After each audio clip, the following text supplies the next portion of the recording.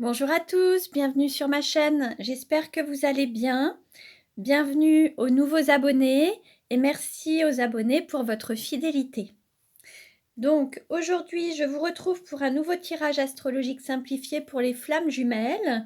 J'irai voir dans un premier temps quelles sont les énergies du masculin sacré, du féminin sacré, comment ils perçoivent le lien, dans quelles émotions ils se trouvent pour pouvoir se libérer des blocages et des barrières qui les empêchent d'avancer sur leur chemin. Nous verrons ensuite où en est le lien. Je ferai le tirage astrologique simplifié pour voir comment le lien va évoluer. Et puis j'irai voir aussi avec mon oracle chemin de l'incarnation, un petit peu voir quels sont les messages qu'on peut recevoir par rapport à la situation actuelle. Voilà. Alors je commence. Je mélange les cartes et je demande dans quelle énergie se trouve le masculin sacré aujourd'hui. Dans quelle énergie se trouve le masculin sacré aujourd'hui? Donc ne prenez que ce qui résonne en vous, ça ne parlera pas à tout le monde selon le parcours de chacun.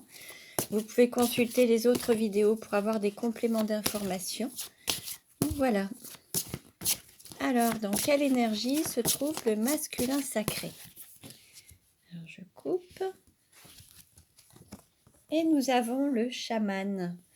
Alors le masculin sacré est en harmonie avec les éléments de la nature, les éléments sur terre en fait, et puis en harmonie avec ses dons, ses capacités. Il use de toutes ses capacités pour être en totale harmonie avec les animaux, la nature, les éléments, son être, son intuition, ses ressentis. Voilà. Alors, maintenant nous allons voir dans quelle énergie se trouve le féminin sacré.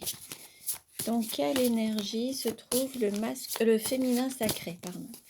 Dans quelle énergie se trouve le féminin sacré? Alors, je coupe. Voilà. Et nous avons la princesse.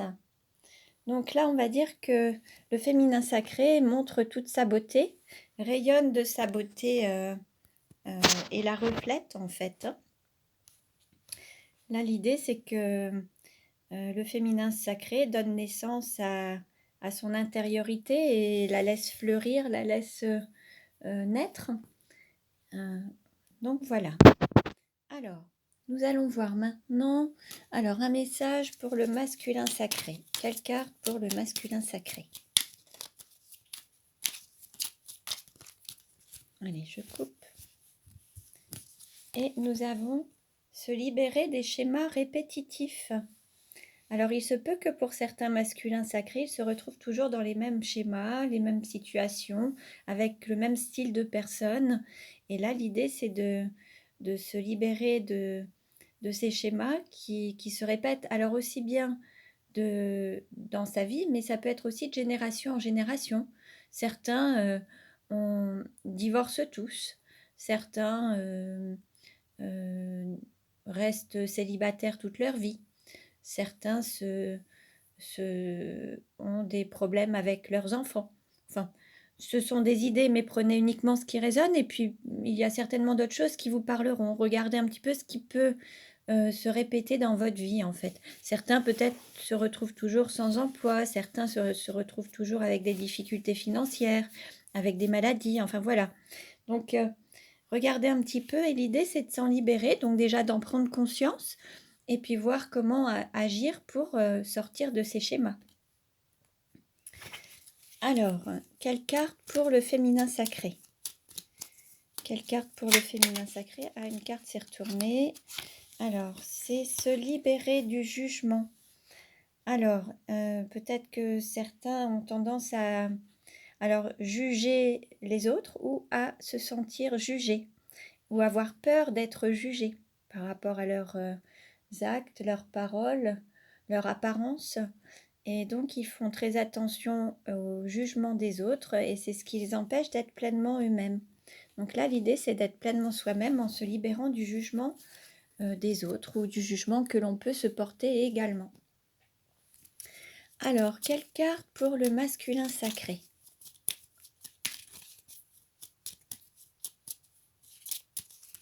Alors, je coupe. Et nous avons s'aimer, c'est se pardonner.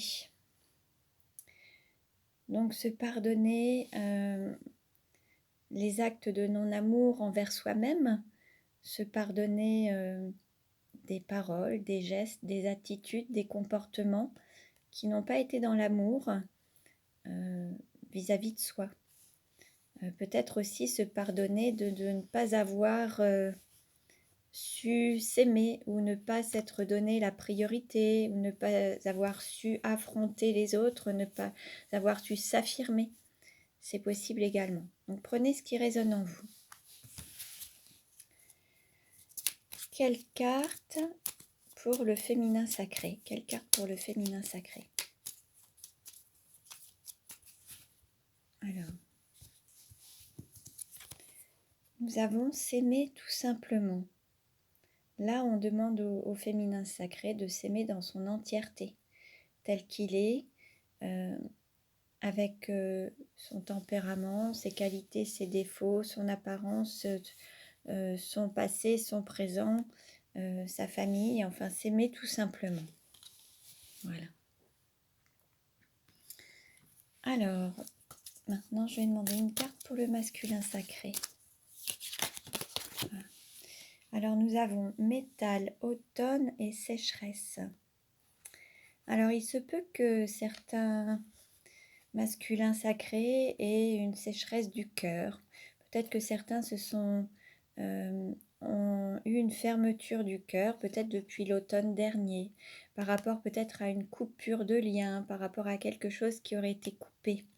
Il y a peut-être quelque chose qui aurait fait que vous seriez renfermé sur vous-même. Et alors ça peut être aussi une sécheresse au niveau de l'activité. Peut-être qu'il y a une activité qui perdait un petit peu de son abondance, en fait. C'est possible aussi.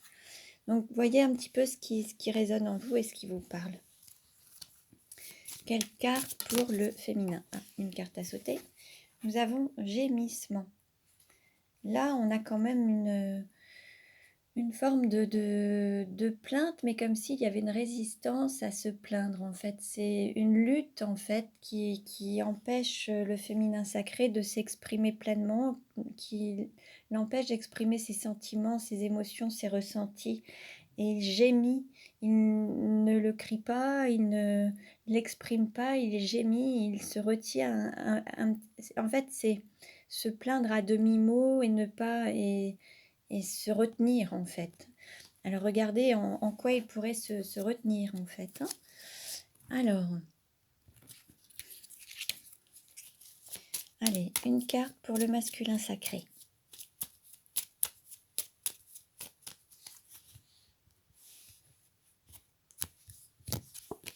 Alors, nous avons exprimé votre joie de vivre. Donc là, nous l'avons déjà eu à plusieurs reprises. Hein. Cette carte, voilà, peut-être que certains se sont un peu coupés de leur joie de vivre et sont tombés dans une forme de tristesse, de mélancolie, de nostalgie. Là, l'idée, c'est de se reconnecter à sa joie de vivre et à son enfant intérieur pour pouvoir vraiment retrouver cette joie et se reconnecter à son intuition, se retrouver pleinement dans son entièreté, en fait. Alors, quelle carte pour le féminin sacré?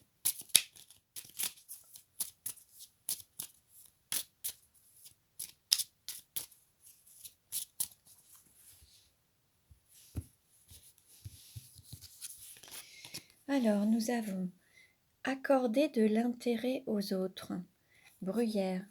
Là, peut-être qu'on demande aussi au féminin sacré d'accorder de l'intérêt à son autre, à son masculin.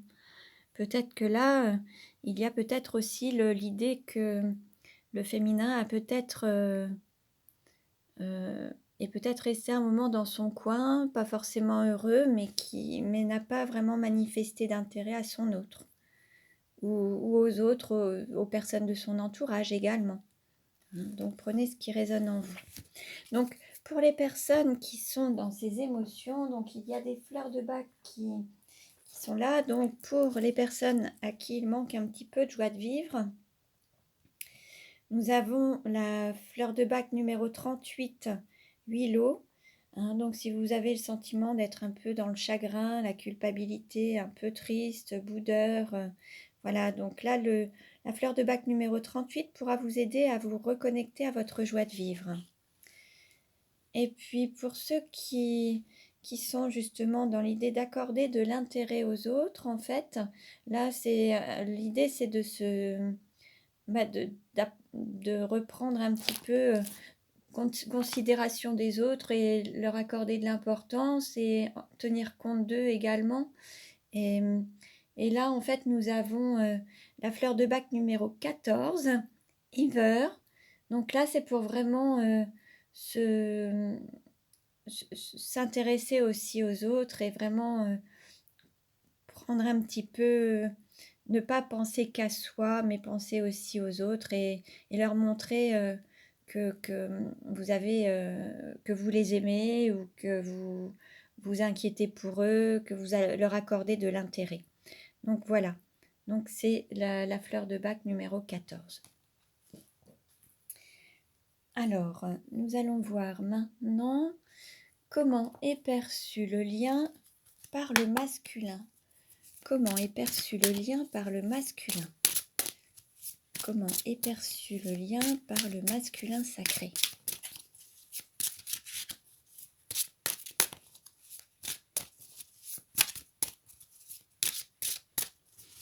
Alors je coupe. Et nous avons flirt. Offrez votre énergie de légèreté aux autres. Peut-être que là, il faut se reconnecter justement à cette légèreté, cette joie, cet enfant intérieur. Ne pas voir chaque chose de manière sérieuse. Peut-être que là, il faut retrouver un petit peu d'enthousiasme et de légèreté et mettre de la légèreté un petit peu dans sa vie. Voilà. Et peut-être que le lien, il faut peut-être le voir d'une manière moins solennelle en fait et y accorder un petit peu plus de légèreté. Comment est perçu le lien par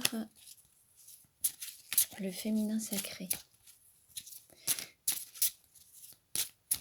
Je reprends cette carte, j'ai autre chose qui m'est venue.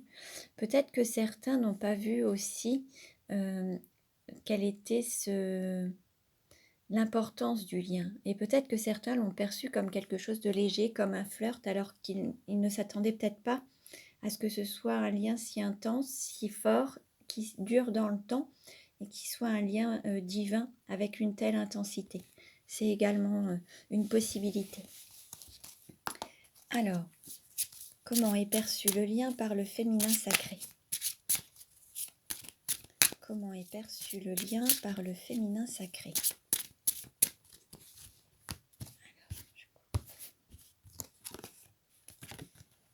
Et nous avons attiré votre âme sœur, prière, affirmation et visualisation vous aideront à trouver votre âme sœur. Là, on nous dit de se reconnecter, de prier, de faire des affirmations positives, des visualisations, se projeter un petit peu avec votre autre pour l'attirer, pour redonner une énergie et qu'il puisse se sentir attiré, qu'il y ait cette attraction en fait envers vous. Hein. Voilà, alors maintenant, nous allons voir où en est le lien. Alors, quelle carte représente le lien? Où en est le lien? Où en est le lien de flamme jumelle? Où en est... Oups, alors là, voilà. Où en est le lien? Quelle carte pour le lien? Oups, bon, 3 cartes ont sauté. Alors, nous avons la carte rêve, la carte relation et la carte paradis sur terre. Donc là, pour certains, le lien est encore en phase de rêve ou alors vous reconnectez à votre autre à travers les rêves. Certains rêvent de leur lien, ne le vivent pas encore pleinement, ne le matérialisent peut-être pas encore totalement. C'est possible. Ensuite, ce lien à cet amour divin, en fait, c'est le paradis sur terre, c'est vraiment le divin sur terre. Et le fait d'incarner ce lien, c'est de représenter l'amour inconditionnel, l'amour divin sur terre, en fait, hein, le manifester sur terre. Et la relation, c'est de se reconnecter aussi à son intuition. Peut-être qu'il faut aussi écouter son intuition pour être guidé vers cette reconnexion et vers cette... c'est votre intuition qui va vous guider sur ce chemin pour pouvoir incarner sur Terre ce lien, en fait. L'idée, c'est d'écouter pleinement votre intuition. Et ensuite, vous pourrez du coup le matérialiser. Donc, voilà. Alors, je vais maintenant faire le tirage astrologique simplifié avec l'oracle La Nuit Noire de l'âme. Et enfin, je demanderai au chemin de l'incarnation des éléments complémentaires, donc en fin de tirage. Alors, comment va évoluer le lien de flamme jumelle? Quelle évolution pour le lien de flamme jumelle?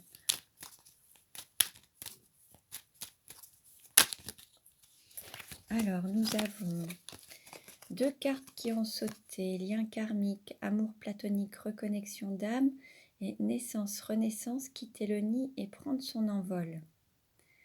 Là, il va y avoir peut-être la renaissance du lien de la reconnexion d'âme. En fait, vous allez peut-être vous retrouver et renaître, cet amour va renaître.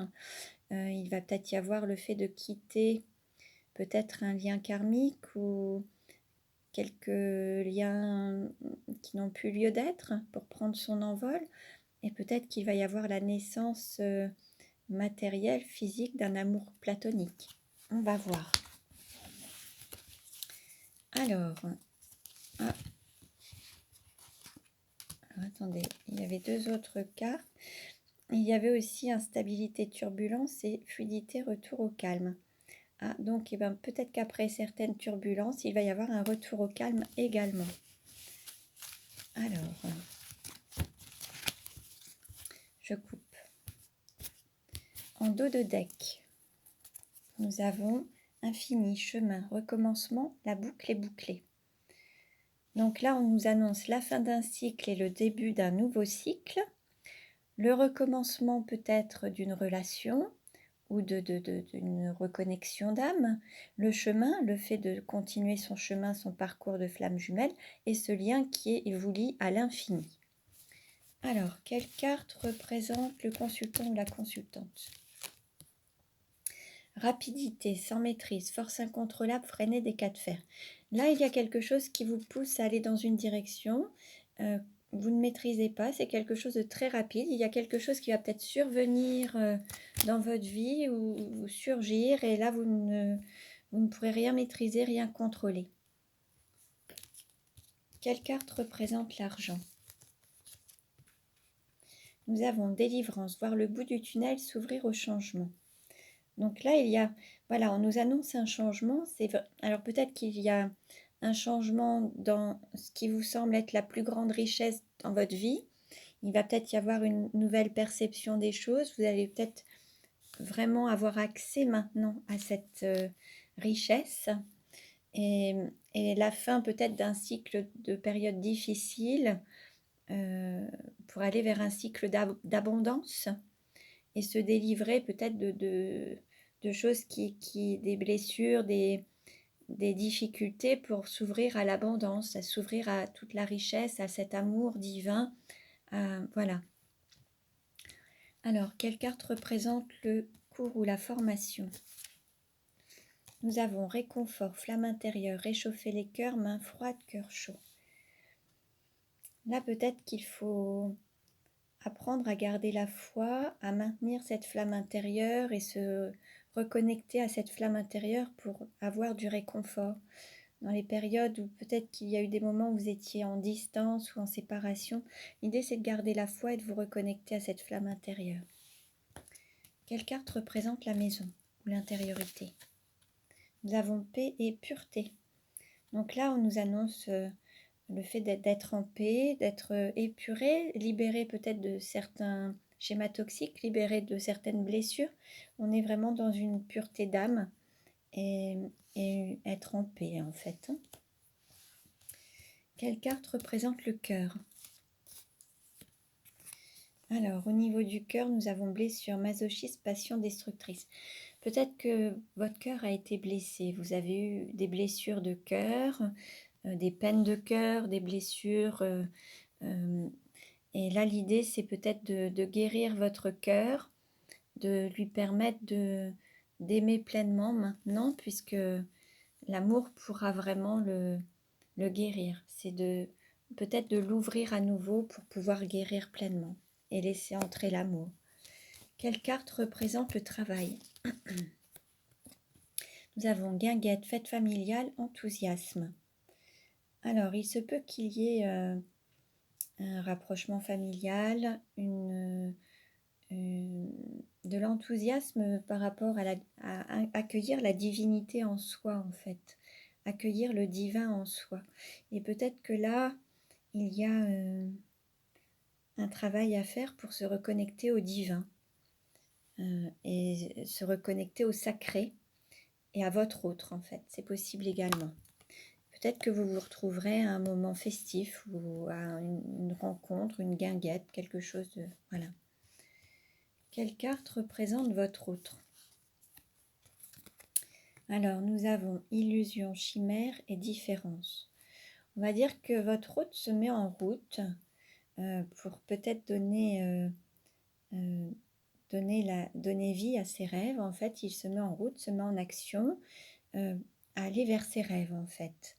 Il se peut qu'il y avait des illusions, des peurs, des choses qui le freinaient un petit peu, mais là, il est en route.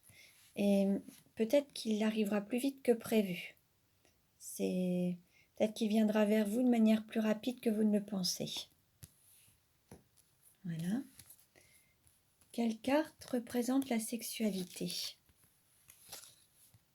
Alors, nous avons fluidité, retour au calme. Là, il va y avoir la circulation des énergies, ça va être vraiment fluide. La Kundalini va pouvoir circuler normalement, ça va être fluide en fait. Et cette énergie sexuelle va vraiment suivre son cours également. Ça va vraiment être la suite des événements en fait. C'est vraiment ce qui va se poursuivre ensuite. Quelle carte représente le voyage? Nous avons cible, objectif, direction, flèche de Cupidon. Là, l'idée, c'est d'être en équilibre l'un et l'autre et de continuer sur ce chemin de l'amour, en fait, mais en étant dans l'amour de vous-même chacun et ensemble, en fait. Ça fait partie du voyage et l'idée, c'est de garder la foi en votre relation, en cette fusion également, et puis en cette flamme intérieure que vous ressentez à l'intérieur de vous. Et d'écouter aussi cette flamme intérieure et votre intuition pour être guidé sur votre chemin. Quelle carte représente la carrière? Alors, nous avons élévation spirituelle.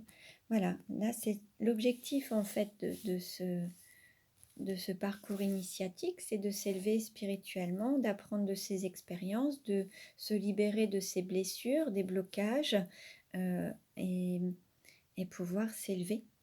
Donc, et être en accord avec son âme, en fait, être en paix avec son âme et épurer tout ce qui ne permet pas à votre âme d'être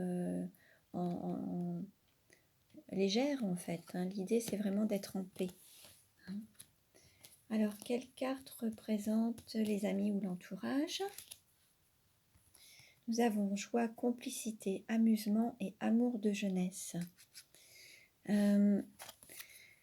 Alors, il se peut qu'il y ait certains qui soient encore dans une relation avec une énergie tierce, où il y a peut-être eu aussi des blessures, ou alors peut-être que vous allez vous reconnecter à la joie pour libérer ces blessures et les guérir. Et il y aura en tout cas cette complicité peut-être aussi et passer d'une relation où il y avait peut-être des blessures à une relation complice et joyeuse. Quelle carte représente la douleur? Alors, nous avons ancrage, campagne, homme de la terre, homme seul ou veuf.